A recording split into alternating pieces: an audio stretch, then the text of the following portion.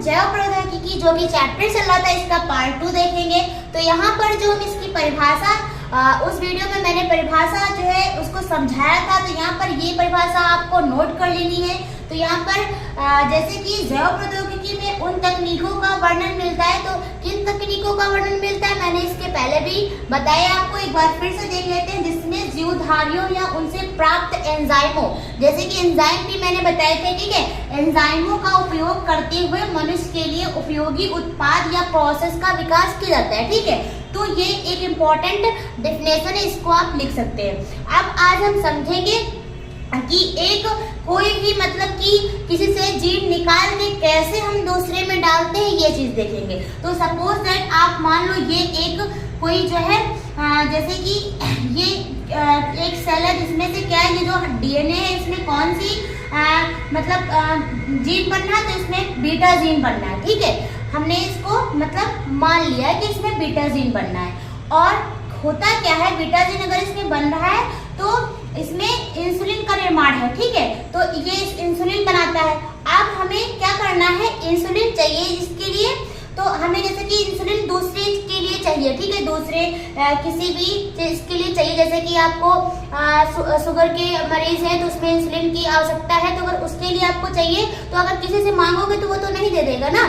तो अगर हम यहाँ पर ये जैव प्रौद्योगिकी का बायोटेक्नोलॉजी का यूज करके अगर हम यहाँ पर इंसुलिन का निर्माण करना चाहें, तो अगर हमने यहाँ पर ई कोलाई को ले लिया, ठीक है, इसमें अब हम ये बीटा जीन निकाल करके डालेंगे और यहाँ से हमें क्या मिल जाएगा, इंसुलिन का निर्माण हो जाएगा। लेकिन वो कैसे होगा, ऐसे तो हो नहीं जाएगा, ठीक है। तो कैसे होगा पहले वो देखेंगे। तो पहले तो इस जो यहाँ पर जीन जो डीएनए में ये जो विशेष पार्ट यहाँ पर बीटा जीन बना रहा है, इसको निकाल लेंगे, ठीक है। जब इसको निकाल लेंगे तो इसको कहते हैं आइसोलेशन, ठीक है। आइसोलेशन करेंगे यानी कि बाहर निकाल लेंगे, ठीक है। अब जब इसे बाहर निकाल लेंगे फिर इसको टुकड़ों टुकड़ों में काटेंगे, ठीक है। खूब सारी इसकी कॉपी बना लेंगे, मतलब ढेर सारी कॉपी बना लेंगे। और क्या करेंगे, इसका पृथक्करण अलग कर लेंगे, ठीक है। पृथक्करण करने के बाद जो मतलब जो हमारा जीन जो बीटा जीन है, इसको भी क्या करेंगे, इस विधि को इल्यूशन को हम कहते हैं क्षालन, इसको भी अलग निकालेंगे। जो विशेष जो बना रहा है उस डीएनए को भी अलग निकालेंगे। और फिर इसे हम वाहक यानी कि प्लाज्मिड के विषय में आपको हमने बताया था कि प्लाज्मिड के द्वारा ही ये ट्रांसफर होता है एक जीन से, मतलब एक जो डीएनए है वो दूसरे में अगर जाता है तो ये प्लाज्मिड के द्वारा ही जाता है। तो अब क्या करेंगे, इसे वाहक में डालेंगे, ठीक है।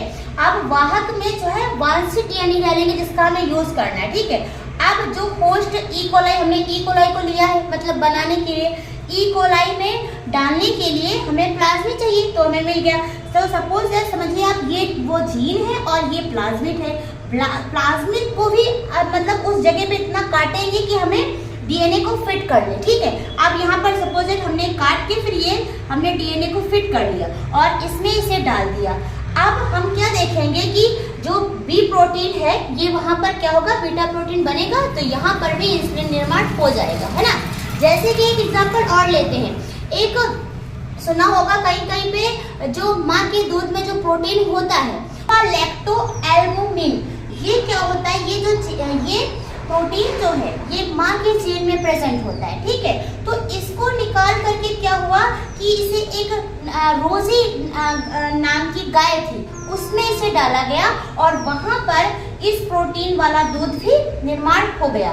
तो आप समझ सकते हैं कि जैव प्रौद्योगिकी का हम कैसे यूज कर सकते हैं।